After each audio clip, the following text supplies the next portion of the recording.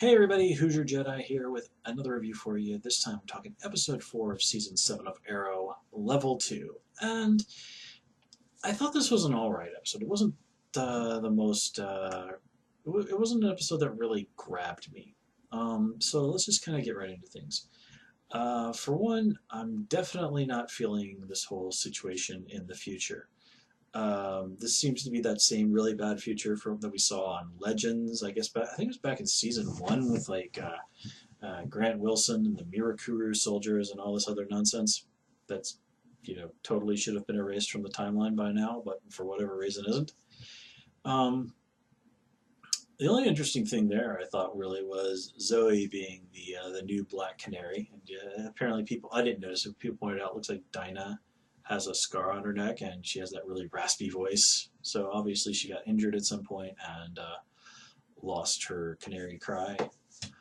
Um, okay, I mean, like Zoe kept like following in the footsteps of her dad. I mean, like if somebody has a kid on this show, it's pretty safe to say that unless they're named William, they're probably going to grow up to be a vigilante. So not a surprise there, but all in all, not really feeling the future storyline so far. In the present day, I thought one of the stronger things was that dynamic between Dinah and Renee, especially where it kind of got to the point where she actually arrested him. Now, how this all doesn't trigger a bunch of stuff that doesn't lead to Renee getting thrown in the slammer is kind of beyond me, but okay, I guess like Laurel, Black Siren, is running interference from the prosecutor's office on this one. Okay, who knows? But um, that Dinah stuck to her guns and actually arrested Renee. I did like that. Kind of shows that she wasn't joking around and that they both take what's happening seriously. And I do like that they do eventually find kind of an equilibrium here. Which like, look, we can't deny that the cops can't do everything. That sometimes vigilantes really do seem to be needed. I also like that the people from the Glades pointed out, like, yeah, screw the cops in this town. The only people who've stuck up for us for years have been the vigilantes. And yeah, I mean, Malcolm Merlin's whole thing in season was that they wanted to destroy the Glades, and Brick wanted to take over the Glades, and so did dude who got killed a couple of seasons ago. Whatever. um, so yeah, I do like that there are some people in Star City who are sensibly like yeah, the vigilantes have done a lot of good in this town, way more than the cops have, and let's not forget to point out that how many times have the mayor, like what, twice the mayor of the city has been murdered. So yeah, the people in this town having absolutely no faith in the system is completely understandable. Let's see. What else do we need to talk about? Yeah. So the stuff with Felicity and I can't really bring myself to call her Laurel. With Laurel, with Black Siren and Felicity, that was good stuff.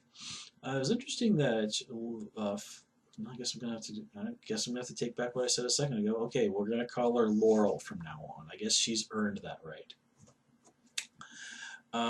With Laurel and Felicity, with Laurel saying like, "Yeah, on my world, Oliver was murdered," and that kind of sent me down this path that I'm in. Um, Now, okay, I'd really kind of like some more details on that. What was going on there? What exactly happened on the Queen's Gambit on Earth 2? I mean, or did he even die on the Queen's Gambit? I mean, no way, yeah. It was, yeah, yeah, yeah. He would have died on the Queen's Gambit somehow or other. Because, like, it's his dad who was the Vigilant, who was Green Arrow on Earth 2. And boy, oh boy, would I like to meet Earth 2 Robert Queen. That sounds like an immensely awesome storyline. Um, But this whole situation with like Laurel kind of reaching out and saying like Felicity is like, look, if you go down this path where you're willing to torture somebody, you're gonna have a heck of a time coming back from that. And I'm speaking from experience here. This is really going to cost you a big chunk of your soul. And this is kind of really the moment where I really could actually start to buy into some sort of a redemption arc for Black Siren. I mean, it points to Katie Cassidy for doing a really good job in this episode. Here that this is all sort of starting to work for me. Like, like, hey, I started doing this because of what happened with my dad, with what happened with the Oliver of my Earth. And she went down this path, just ended up being a lackey of Zoom and more than a little bit getting off on murder. And did see that Felicity, under the right circumstances in an alternate reality, was able to become a vigilante. We saw that on Legends, the Doom World episode, if I remember correctly, which is certainly an interesting possibility. But okay, well, let's just kind of refocus on things. Now, again, Silencer is not a character I really know about, and I was kind of annoyed by her whole, like, oh, you don't know what I've been through. Man, if there is one argument in this world that I hate, it's the sort of people who just like, you don't know my life. Well, yeah, maybe I don't need to know every detail about your life to judge you by your actions, especially when you're doing something really horrible. Somewhere I once heard someone remark, desperate people who do terrible things are still people who do terrible things. And people who do terrible things out of anger, out of loss, out of fear, well, their motivations might be understandable, but they're still people who do terrible things. And when I hear stuff like that, it's just always such an utter excuse to me. Nobody puts a gun to your head and really forces you to do terrible things. Everything in life is a choice. I mean, and this is something that that I learned. Well, I should say, was put very extremely eloquently by the French philosopher Sartre. And okay, that's not how Sartre. I think this is probably the more accurate French pronunciation, but I'm American, so live with it. And he basically says, I'm paraphrasing a little bit here, that we always have a choice. We just don't always have a choice that we like. Like, for example, you don't like your job. You don't want to go to work on Monday morning. Well, you do have a choice. You have a choice to not go to work. I mean, granted, you'll get in trouble, maybe lose your job, but that's a choice. You do have that choice. You just, maybe don't have another, maybe there's like other better jobs that are unavailable in your area. Maybe you don't have the kind of qualifications for the kind of employment you would prefer. But you do have a choice. You always, always have a choice.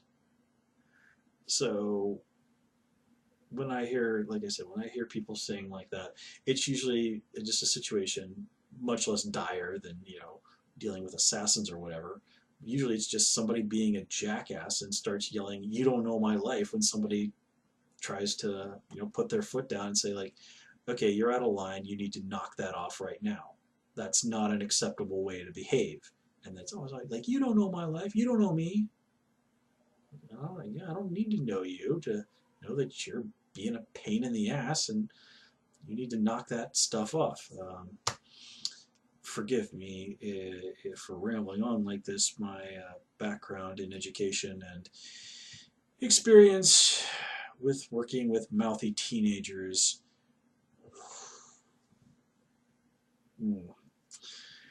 Well, I do enjoy teaching, and I do enjoy working with and helping young people. I truly, truly do. But boy, howdy, is it not always an easy job. Alrighty then, let's kind of refocus a little bit. And let's see. Nice little moment with Diggle here, kind of noting the difficulties in trying to find the balance. I'm reminded of that famous quote. I actually think it's from the Bible that talks about how no one can serve two masters.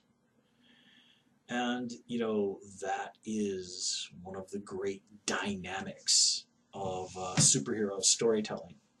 It's there's my real life person, and then there's my superhero persona.